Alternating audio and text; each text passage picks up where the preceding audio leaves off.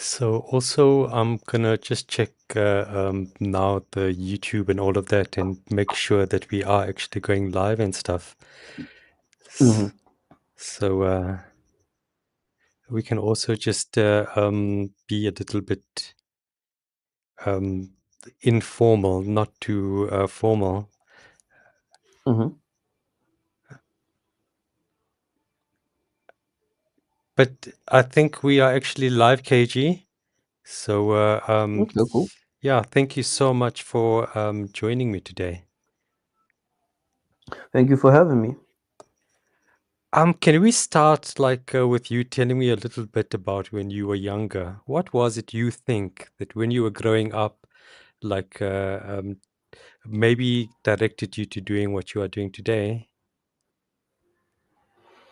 Yeah, well, I think when I was younger, I got heavily involved in like a local rap scene, local hip hop scene, and I always talk a lot about how hip hop has influenced my involvement in Bitcoin stuff.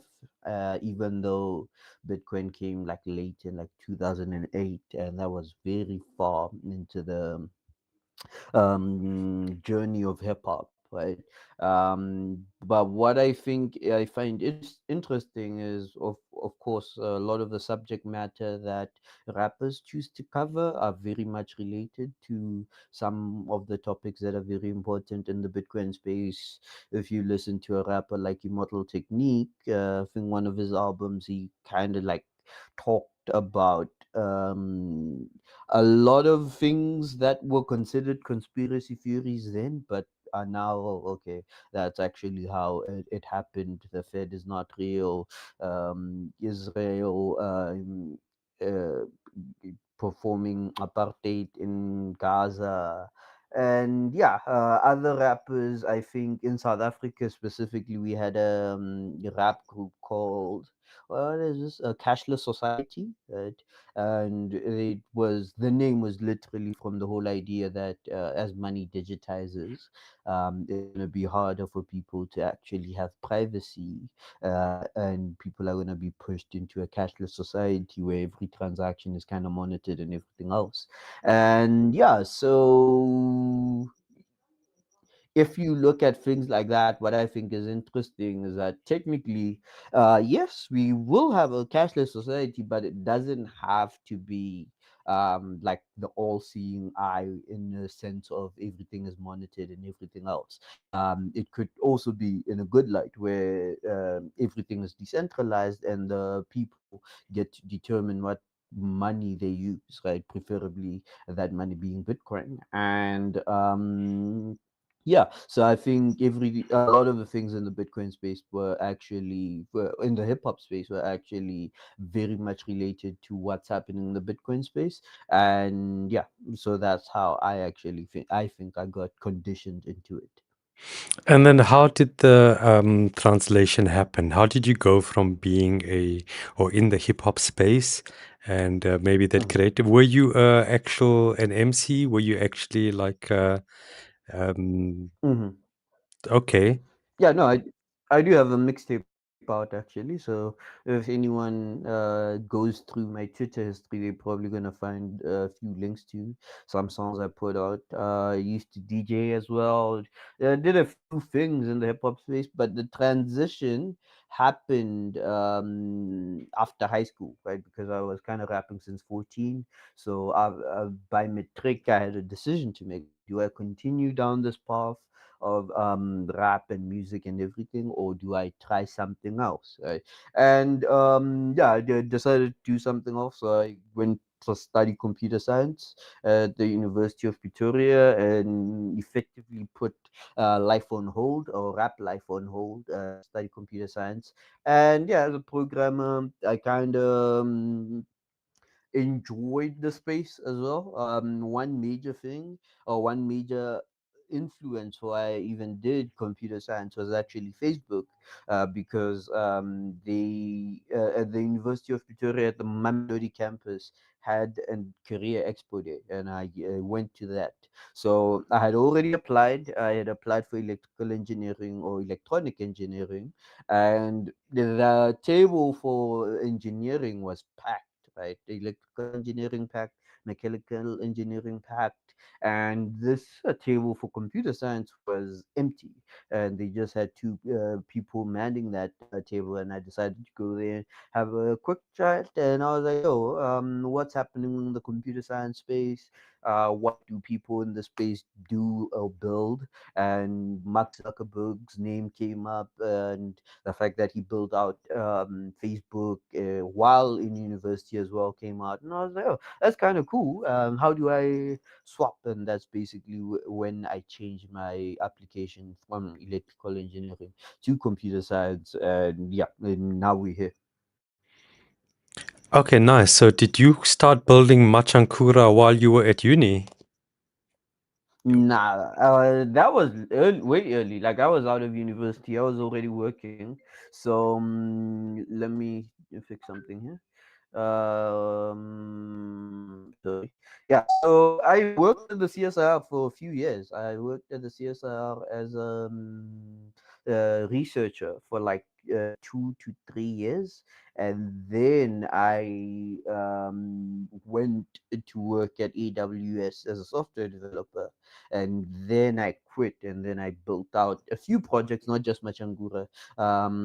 Leading up to Machangura, I had built out a podcasting platform. Well, firstly, I had built out an app that allows you to see who you can vote for in one of the local elections. That was like a small collab with Open Up South Africa, where they release, they want open access to information to be as easy as possible. So I made an app for that, and then I made a third party Twitter client that allowed you to post Twitter threads before Twitter actually had the threading functionality. Then after that, I did a small podcasting platform, and then after that, I built out a VPN. Then after that, Exonumia happened. Then after that, Machangura happened. Right? Yeah, but I always had this idea of actually building out stuff and experimenting with as much things as I can. Okay, so it seems like things happened very quickly after you quit working and you had all of these projects Hmm. going on at the same time. Was there a point where you decided, okay, that's it, this is my thing. Machankura is going to be my baby, and I'm going to devote all of my time to building this out? Or At that point, I had already quit, so I kind of didn't even have to make that decision, right? So I quit during lockdown. I quit working during lockdown, and then yeah, I had decided that okay, it's actually the time for me to work on something myself, and yeah, so by the time that I actually deployed Machangura, I'd already been working on my own project maybe for like a year. I think I had put in a year into the VPN, and then um, yeah, Machangura happened. So I had the capacity, and whatever project I started or worked on had my full attention at that time. okay, so let's get into Machankura. Can you tell exactly what it is? Yeah, so Majangura is effectively a service that allows people without an internet connected device to send and receive Bitcoin. It's like your favorite custodial Bitcoin wallet, uh, which is accessible over USSD. And yeah, so we are building it out to be as simple and easy as possible for people to send and receive Bitcoin and use Bitcoin on a day to day basis. So I've noticed that now I'm using Machankura mainly from an app that I downloaded. Are you like focusing your attention on like the USSD part and making it available for people with like low technology, or are you putting emphasis into like using it as an app like the other Bitcoin wallets are? are in use? Mhm. Yeah, well, the reason is, of course, I have to keep the user happy, and there's a few users that do use smartphones that do want to use the same app or the same wallet, both on USSD and via an app or via WhatsApp or whatever else. And it's also, in some cases, more convenient to take out an app and pay via the app, like in the case where you go to a Pick and Pay and you do the QR, the crypto QR payments. And yeah, so I would want to support as much functionality as possible. And also, with that being said, I'd also want my users to have the ability to self custody Bitcoin, right? So a little known fact, there's actually code in the Machangura app today that has self custodial functionality, but we just need to activate it. So the app would be like the best way or the quickest way for a user to move away from the custodial service to a self-custodial version. It's basically built out using the Phoenix library, and yeah, so that is the reason for the app. We also want to do the same thing on USSD where people can self-custody everything else, but that's just going way slower than we would like, because I think there's a lot. It's not even a lot of moving parts, but a lot of old parts, because telecoms are so rigid right now that it's hard to do anything new, and we're looking for people to collaborate with. And then from a service perspective, I want to focus more on the USSD side, because that's where I believe most of the user base is. That's where most of the people who haven't yet used Bitcoin are, right? And I think I want to have those conversations more often. I want to talk to people who literally haven't made their first Bitcoin transactions. Maybe they've heard about Bitcoin, maybe they haven't even heard about Bitcoin, but I think that is where the focus should be, right? So for those people, whether it's custodial or self-custodial really doesn't matter, right? But what I want is to give those people an ability to not have to go to too many different places to figure out whatever they need to figure out, right? Like, yes, do your own research type thing, but it's really impractical for you to onboard somebody and have them read 10 different sources for something like as simple as receiving a Bitcoin transaction, right? Yes, some people would do all that research and everything like that, but most people don't, and most people just want it as a utility. So yeah, as a utility, I think it's actually viable for an app, a service, a wallet to be both custodial and self-custodial. And I hope to see Wallet of Satoshi do the same thing. I think they've hinted at something like that a few months or weeks ago, and yeah, I hope they deliver on that, and we're gonna be doing the same as well. So yeah. Okay, so it sounds like you're doing a lot of work into development, both on the app side and on the USSD side also, and quite heavy Mhm. development. I mean, doing like I'm sure a custodial wallet is a lot simpler to manage than something like self-custodial for users. How does it impact how you have to manage a Lightning node? Yeah, I think self custodial wallet is from a service perspective. I think a self custodial wallet is easier to manage. Truth be told, right? Um, Even though a custodial wallet allows us to be more flexible and do a lot more crazier things, try out different architectures, swap out nodes, and whatever else. I think the beauty though in self custody is that we get to think very much different about what it is we actually doing, right? And I think we get to think about it correctly, and not forgetting to mention that even as a custodial service provider, the security measures we have to apply are really crazy at times, right? And every day you want to build out a new feature, you have to ask yourself, would this feature make the service even more vulnerable? right? And yeah, so I don't think we should be leaning in too heavily onto the custodial side, and I think we need to be driving more and more users into self custody, because at the end of the day, when done right, self custody doesn't appear for the user. What the user cares about is, are they able to recover their wallet, right? And I think this is something that the BitKey guys are also doing well, like with their BitKey wallet. Even though it doesn't have a screen, if you think about what it is and what it does, it's kind of genius, because people only care about one thing. Am I able to send and receive Bitcoin? If I lose it, am I able to recover my Bitcoin? And BitKey says yes, you are able to send and receive Bitcoin, and yes, you are able to recover your Bitcoin.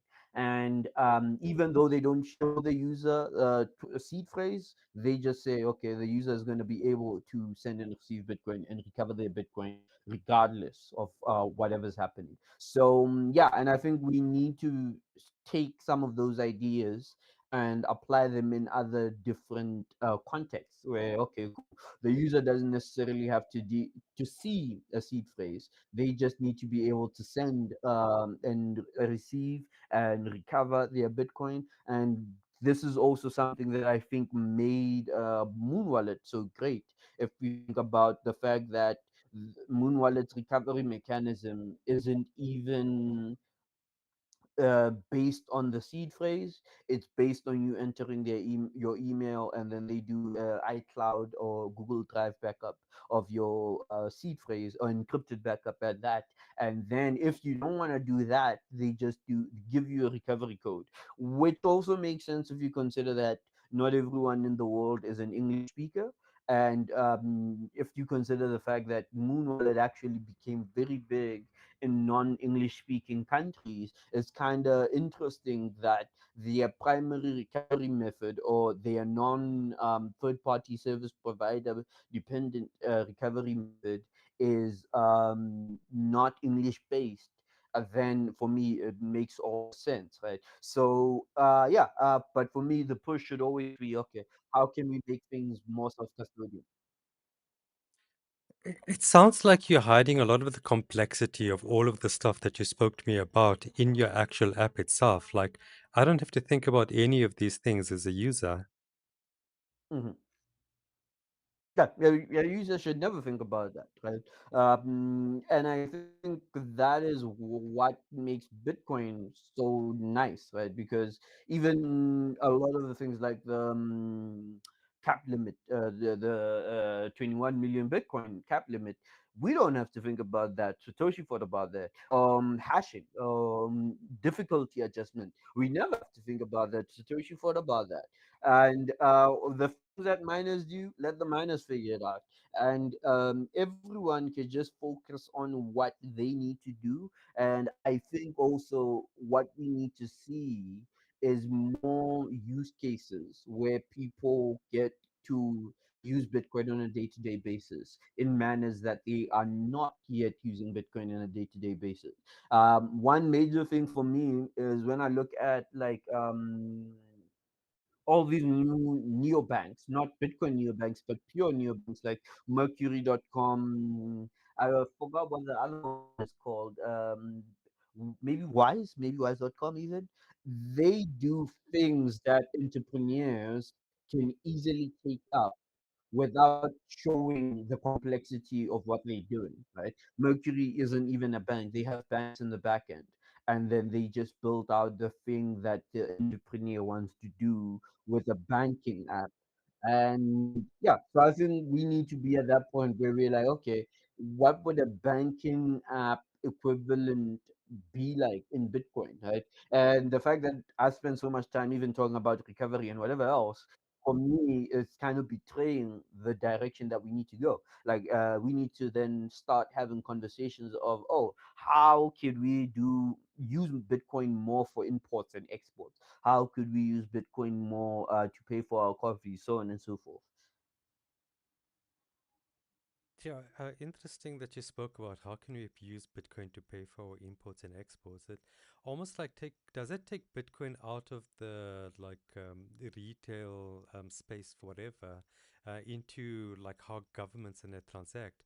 Like we know that there's been talk about like the BRICS creating their own currency and it being like crypto based or something like that. But you know, we've never really spoken about Bitcoin being used for actual imports and export, paying of that.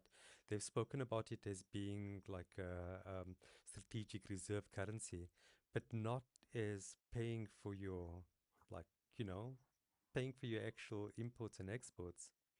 Have you thought about that? Why did you just bring it up? Yeah, yeah. Well, I've definitely thought about it, especially during all of those BRICS conversations. Right. I think it is becoming more and more evident that what is this? The U.S. dollar should probably not be the global reserve currency anymore. Right.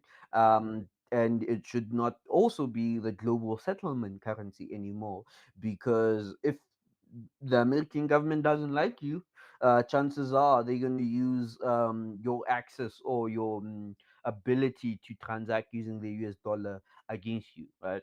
And so, yeah, but why I think the conversation becomes murky and muddy is the economic side of it, right? And whether you see economics as a top down thing or a bottom up thing, right? So BRICS currency and everything else, that's a top-down thing, right?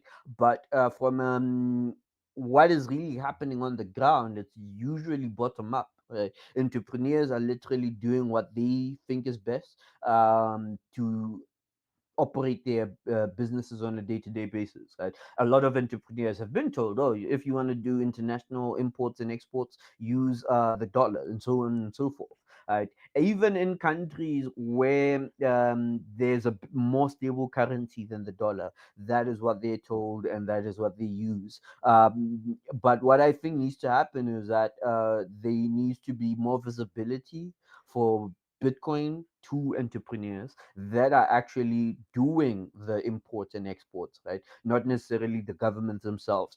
So the government, yes, it could help, but the entrepreneur at the end of the day is the one who will decide, okay, I'm going to be the using Bitcoin to do imports and exports for whatever reason, and it works well for me because of whatever reason they decide that it works well for them, right? So yeah. Okay, so more adoption by like the private sector instead of like the governments and payments in that way, because I'm sure for them it's like um, at a later stage they much slower to act than an entrepreneur and a business would be. Yes. Okay, so I wanted to speak a little bit about the different parts of Machankura because you've got something known as clans. Can you explain a bit of what a clan is and what's it supposed to, how is it supposed to work? Yeah, okay, so at the base of it, let me start with how Machangura works for a normal user. Your number is effectively your wallet, right? So you have a wallet tied to your number and you use USSD or you use WhatsApp or you use a SMS or you use web or you use an app to log in and access your account and control your sats and buy stuff and whatever else. But then people generally hold balances as a group, balance of funds as a group, right? So clans is our way to give people the ability to hold a balance of funds as a group.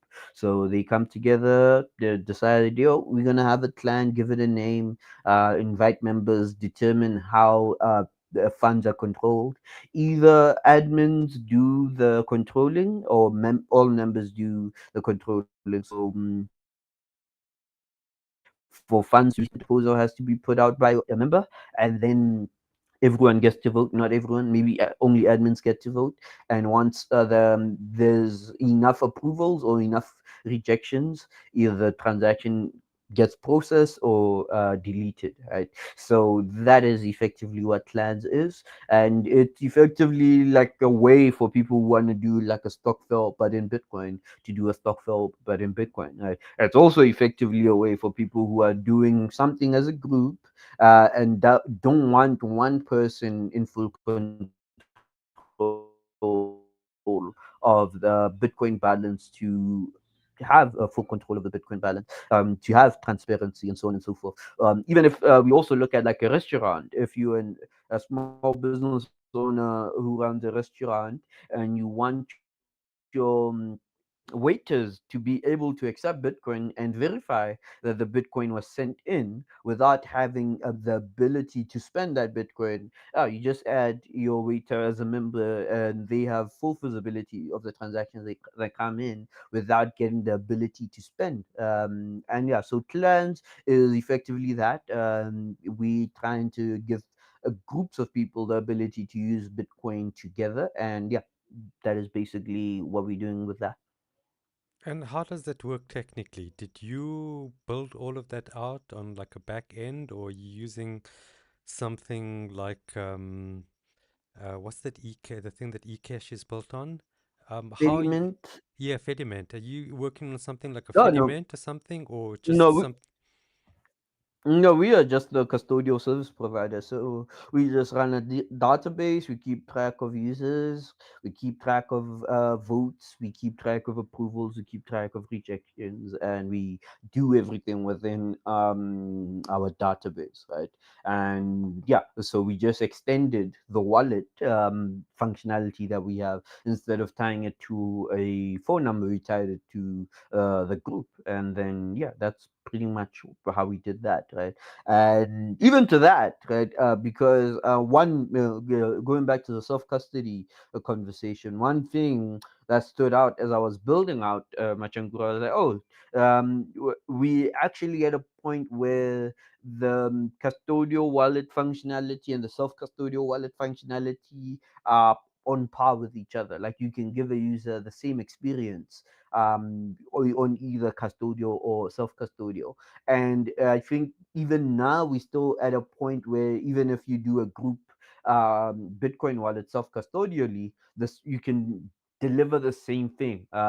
If we look at some of the advancements in the Bitcoin script, Taproot, Frost, Music 2, and all of those, we could literally implement a self custodial version of clans using Frost today, right? And yeah, if you don't know what Frost is basically a multi-sig implementation or scheme that allows your transactions on the Bitcoin blockchain to appear as if they are single signature transactions. We actually implemented Frost for our on-chain processor on the service. So yes, we have on-chain processing wallet. It appears as if it's single sig, but it's actually multi-sig. And there's a future where we use that code base or that we use that functionality to bring self-custodial clans, and yeah, that's something we'd want to do moving forward.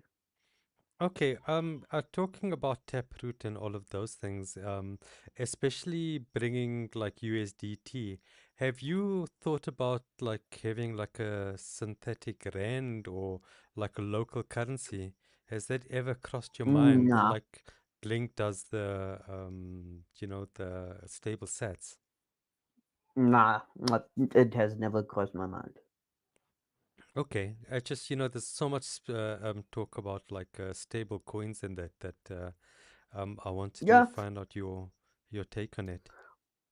yeah. Well, I think the main thing for me has always been the African context, right? Looking at African currencies, I always felt as if every year I looked, a lot of the African currencies were performing worse than Bitcoin. Right. So even in South Africa right now, yes, we have like what is it a 20% dip from the all-time high? But Bitcoin is still higher or still outperforming the rand in a lot of ways you look at it, either year to date or however way you choose to look at it. And if we look at other currencies across Africa, Uganda shilling used to have set parity and not anymore. You'd need maybe like 10 Uganda shillings to get one sat. Let me confirm just now. And yeah, so you like, okay, what are we then doing? Okay, not 10, but like 7 or 6 or 5, 4. Okay, 4 Uganda shillings to get one sat.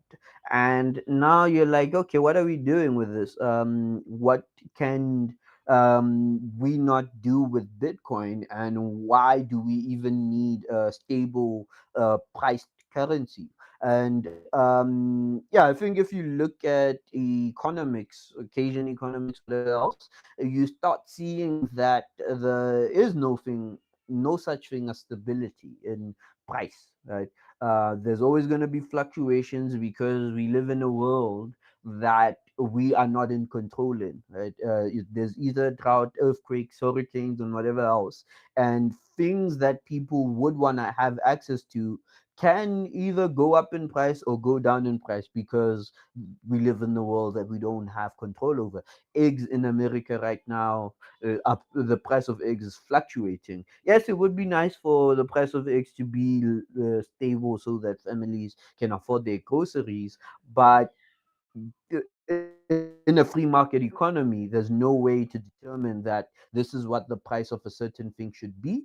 And in a free market economy, technically the same applies to the currency you use on a day-to-day basis. And what I think usually happens is the colonial franc, right? The colonial franc is a very stable currency, very stable currency. And what we need to ask ourselves is, have any of the countries who currently use a colonial franc benefited economically from having a stable currency over the years that they have used it, right? And now, if we would want to have a stable coin in South Africa, Nigeria, Kenya, wherever, would in the long term would we benefit economically from using that stable coin, whether it's the stable ZAR, stable USD, or whatever else, or Tether for that matter? What would the negative impact of using that stable coin be, right? So in the case of the colonial franc, we do know that payments have to route through France first. France gets dibs on a lot of things because they are the central bank that gets to approve or reject transactions. So they get to get dibs on imports and exports as well, and so on and so forth. A lot of other things. Well, the worst being that the France central bank can also set policies for the colonial franc used in what, over 15 African countries right now. And it's so bad that, yeah, in Burkina Faso, as good of a job as the current leader of Burkina Faso is doing rehabilitating the country and trying to move away from colonial artifacts, they are still using the colonial franc, right? And it's very hard for people to move away from a currency that's been established and to a better one. Right?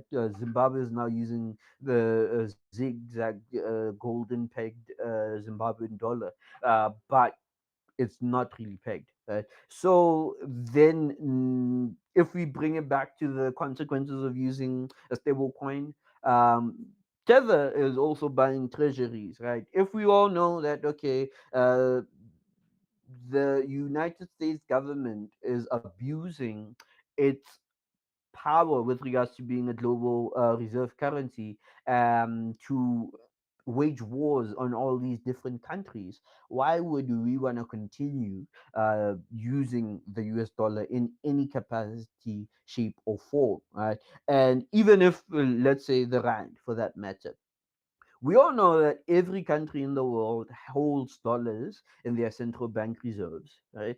So if you are holding the rand, you are effectively holding the dollar by proxy, right? So why would you want to give power to somebody else who's giving power to somebody else who's doing things you may be morally against, right? And yeah, so for me, stablecoins, that's the main beef I have against them. That, yeah, at the end of the day, this money gives economic power to certain people to do certain things, and I personally would prefer to not um, be a contributing factor towards those things. No, very well said. Thanks so much for elucidating that, KG. I wanted to bring the conversation back to Machankura, and I wanted Mm, to mention something I saw on the website.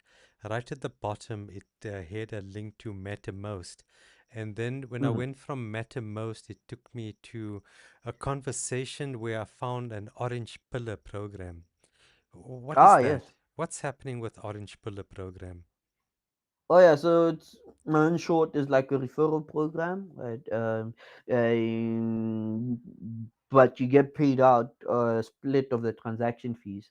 So if you refer somebody and the person starts transacting, you get and well, the transactions, if they do have a fee associated to them, you get a split of the transaction fees, right? So yeah, that is effectively the Orange Filler program.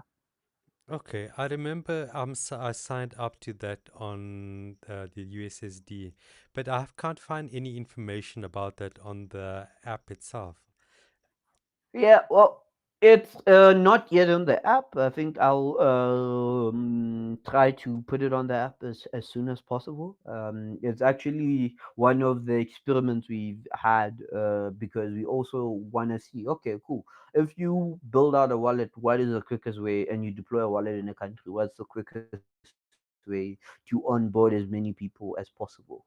Well, and not just quick, but sustainable and not gamified or gamifiable, right? So, or exploitable is probably the better word in this case. So yeah, but I'll be sure that we add it to the app as well. Okay, so it is something where like ordinary people can get access to, like turning this into some kind of thing where they can grow a community and maybe earn an income. Do you think? Well, not ordinary people. I think some people are generally better orange pillars than others. Right.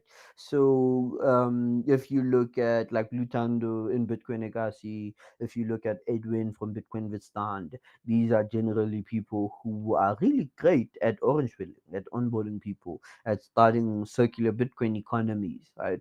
And I think we'd want them to be the main people for the Orange Pillar program, right? Because the thing with this as an income generating thing, it may end up in the hands of people who don't generally do a good job of it, and who will probably cause more harm than good. Right. So even now, I don't think it's open to everyone. You kind of have to have a conversation with us, and we have to then say, okay, cool.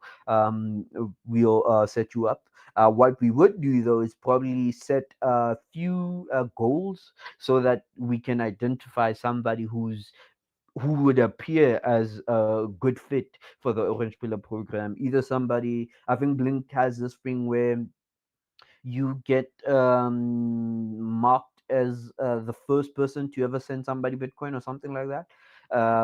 Yeah, so I think you first have to introduce them by them using your yes. link, and then you have Mhm. to either you have to send them sats or they have to send you sats Yeah, or something like that before you get.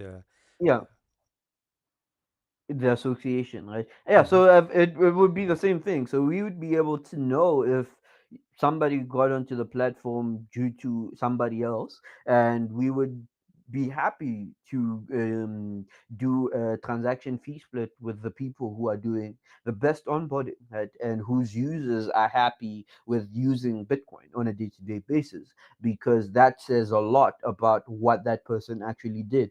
What usually happens is you onboard someone or you introduce somebody to Bitcoin, and they never use it until they hear about it again on the news, right? So you have to wonder, oh, what are these people doing differently, and what incentives could you give for them, right?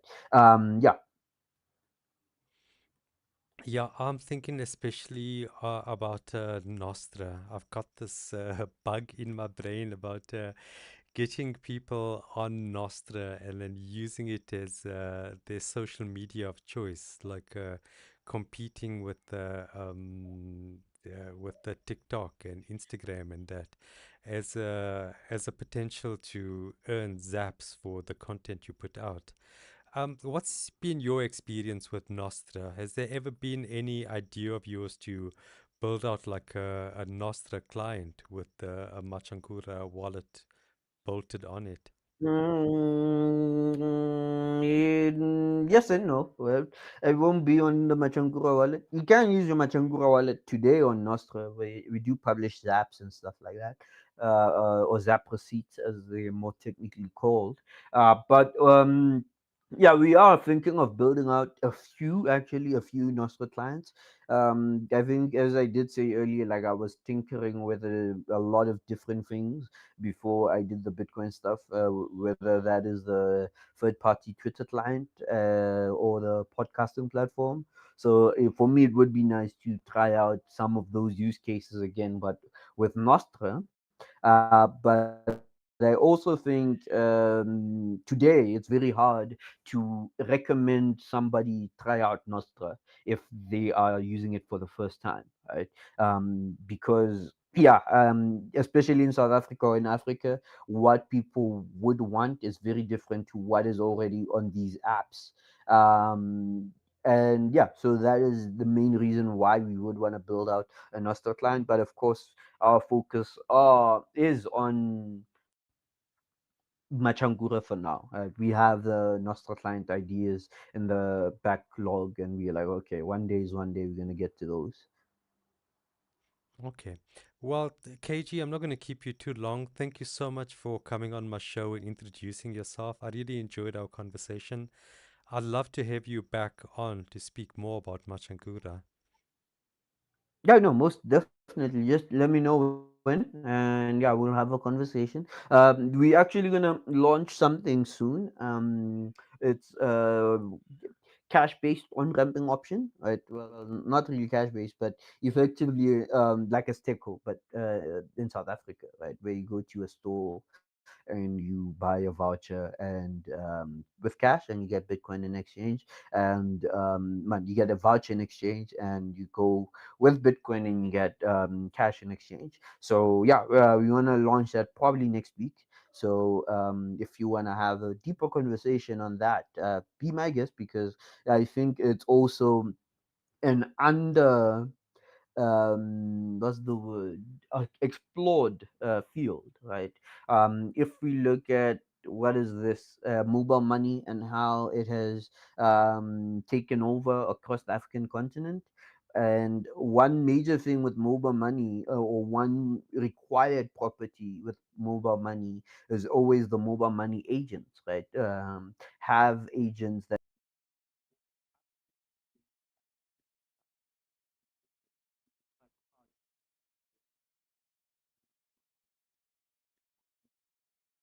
yeah, so I think we need to do that for South Africa and the rest of Africa as well. And we are almost done building it out. And yeah, we hope to have a few test transactions starting next week, and have a launch probably by the end of the month.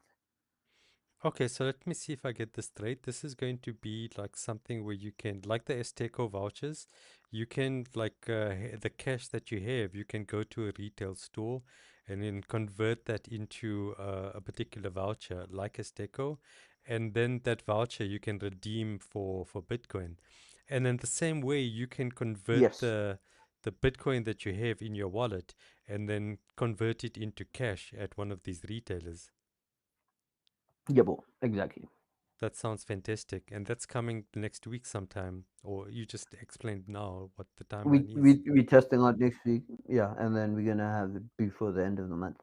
Okay, that's brilliant. I think that's the ideal use case for like the average South African.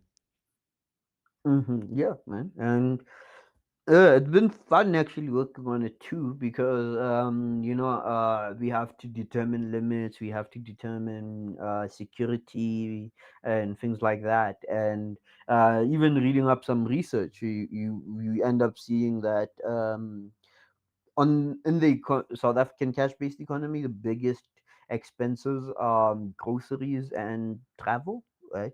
So I think that that accounts for like 50% of all expenses, or of all cash-based expenses. And the average value of a cash-based transaction is like 200 rands as well, right?